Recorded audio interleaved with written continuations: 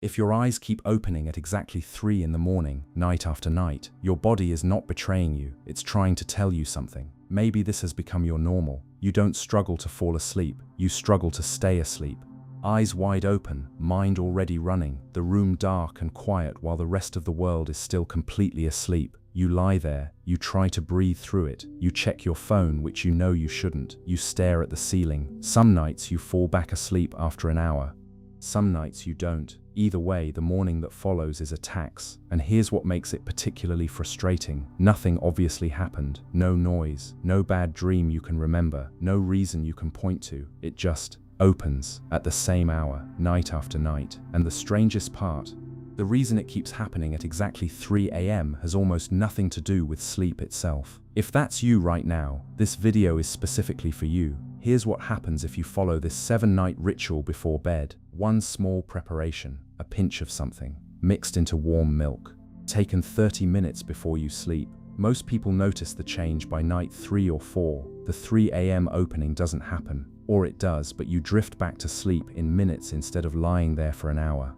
By night 7, most people describe the same thing. They went to sleep, and they woke up when the morning actually arrived. Now, before I tell you what this ingredient is, I need to tell you why 3 a.m. keeps happening, because the reason is almost certainly not what you think. And once you understand it, the solution makes perfect sense. Stay with me, because the story behind this ingredient is one of the strangest and most fascinating in the history of any spice on earth. Here's a question worth sitting with. Why always 3 a.m.? Not 1 a.m., not 4:30.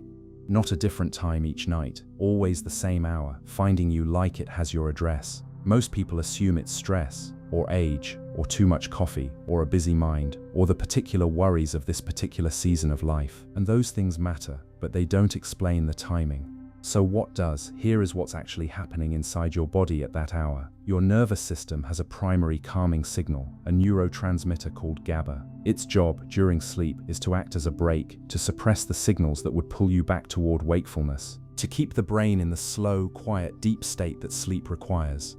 In the first half of the night, that brake holds. Your body is still fresh from the evening. GABA levels are sufficient. The sleep stays. But here's what shifts around 3 a.m.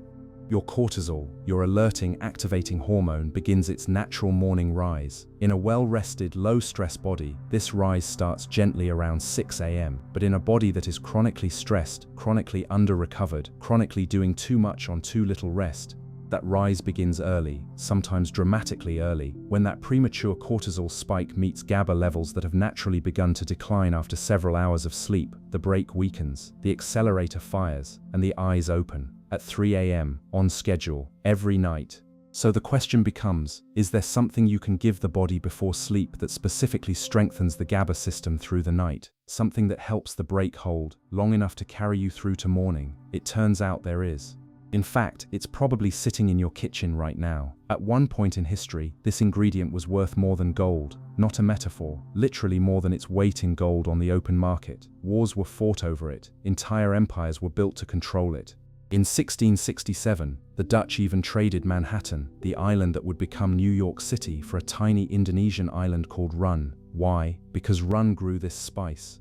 And what they were growing on that island, what was so valuable that an entire city was considered a reasonable price for its supply, has been mixed into warm milk and consumed before sleep as a remedy for restlessness and sleeplessness since before the Bible was written. It is nutmeg, a pinch, in warm milk before bed. And what it does to the brain at night, specifically the brain that keeps waking at 3 a.m., is something most people have never connected to that little jar gathering dust at the back of their spice rack. If you've never heard that before, subscribe right now, because what this ancient spice does to the sleeping brain is one of the most overlooked stories on this channel, and there's a lot more coming. Here is where the sleep story actually begins. In ancient Ayurvedic medicine, one of the oldest living medical systems on earth, nutmeg is called Jatifala, and in Ayurveda, it holds one specific distinction among all the warming spices. It is considered the most powerful natural sedative in the entire Ayurvedic pharmacopoeia. Not chamomile, not valerian, nutmeg. Ancient practitioners prescribed it specifically for what they called vata imbalance at night, the restless, scattered, wired state that prevents the nervous system from releasing into deep sleep. A tiny amount, mixed into warm milk with a small amount of honey, drunk before bed. This preparation has been prescribed in India for over 3,000 years. In ancient Persia, medical texts describe nutmeg specifically for insomnia and mental restlessness. In Unani medicine, the classical Islamic healing tradition that synthesized Greek, Indian, and Persian knowledge, nutmeg is listed as a sedative, a digestive, and a nerve tonic. Ibn Sina, Avicenna, the most influential physician of the medieval world, wrote about it. Arab traders carried it across the ancient spice routes that connected Indonesia to the Middle East, to the Mediterranean, to the world the Bible was written in. In medieval Europe, people believed nutmeg could cure the plague. They carried it in small pomanders around their necks. They sprinkled it on food. Doctors prescribed it. Kings demanded it. The prices were so extraordinary that only the very wealthy could afford it, and even they bought it in small quantities, because a little was all you needed. The Dutch didn't trade Manhattan on a whim. They traded Manhattan because they had watched what happened to the market for this spice for over a century, and they were certain the supply would matter for centuries more. They were right about the spice. They just miscalculated the island. Here is the science, short. Connected directly to why you wake at 3 a.m., nutmeg contains a compound called myristicin. What myristicin does in the brain is interact with GABA receptors, the same receptors responsible for maintaining the calm, suppressed state of the sleeping brain. This is the same system we discussed earlier, the brake that weakens in the second half of the night when GABA declines and cortisol begins to rise. Research suggests that compounds in nutmeg may help support this calming system. It helps the GABA brake hold longer, extending the suppression of the activating signals that would otherwise open your eyes at 3 a.m. It also influences serotonin, the neurotransmitter that regulates mood, emotional stability, and the chemistry of sleep. When serotonin is well supported through the night, the nervous system has less reason to resurface from deep sleep. The door stays closed, and the warm milk it's mixed into isn't just a vehicle. Milk contains tryptophan, the amino acid the body uses to manufacture serotonin. The combination of tryptophan in the milk and myristicin from the nutmeg creates a compounding effect on exactly the neurochemistry responsible for sustained sleep. Medieval physicians didn't know about GABA or myristicin or serotonin receptors, but they were prescribing this preparation for sleep, and they were watching it work for 1,000 years before modern science arrived to explain it. So here's what we paid attention to. Not a lab, not a study, just the body. 7 nights. 1 small pinch mixed into warm milk, 30 minutes before bed. And here's what people noticed. Night 1. The preparation is warming, slightly sweet, subtly spiced. Within 20 minutes, a genuine physical settling. Sleep arrives with less resistance than usual. Night 2. Some people notice the 3 a.m. waking is shorter, not absent, but 10 minutes of drifting back to sleep instead of an hour. Others notice nothing yet. That's normal.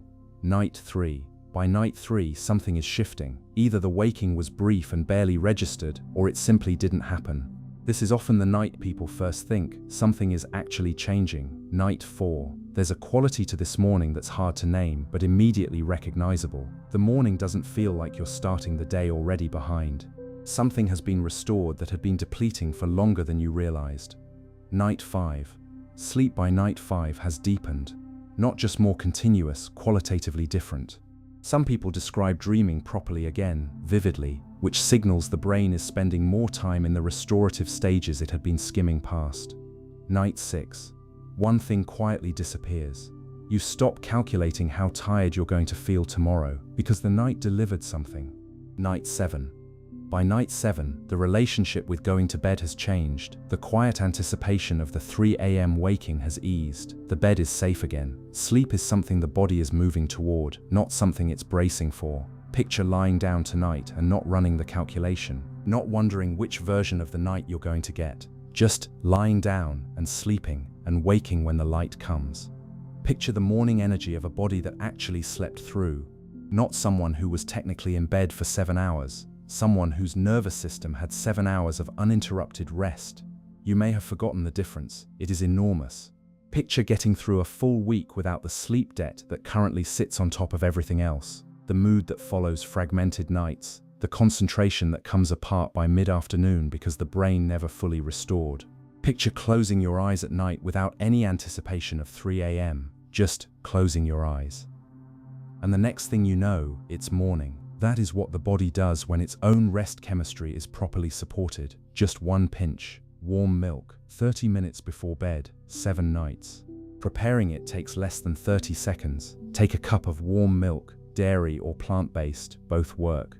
Add a very small pinch of ground nutmeg, approximately 1/8 of a teaspoon, no more than that. Add a small amount of raw honey, stir, drink 30 minutes before bed.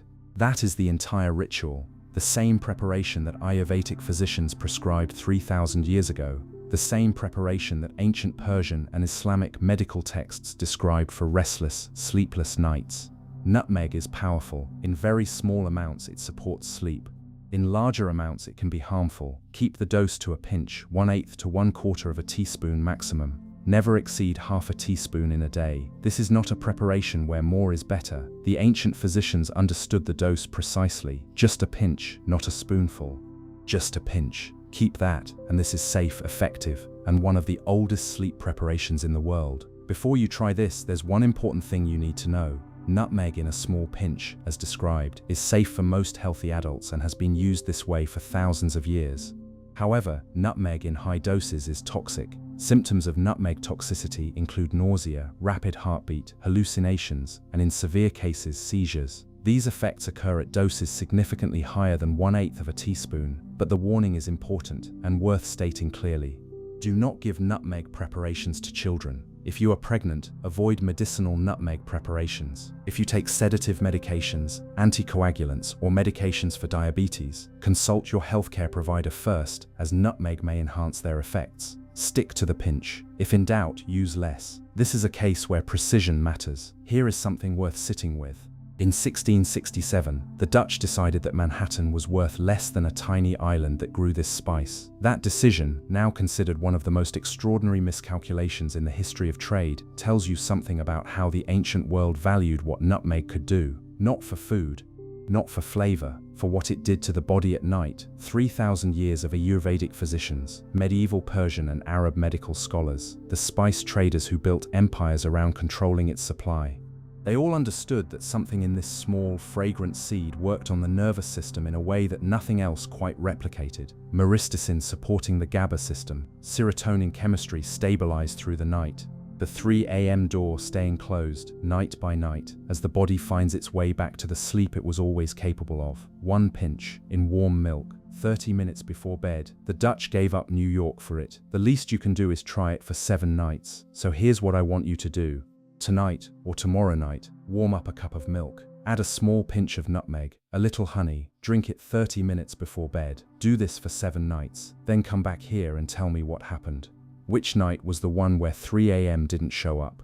Which morning was the first one where you woke up and the night had actually held? Leave a comment, tell me the specific night, tell me what surprised you, because your real experience is what makes the comments on this video worth reading for the next person who finds it.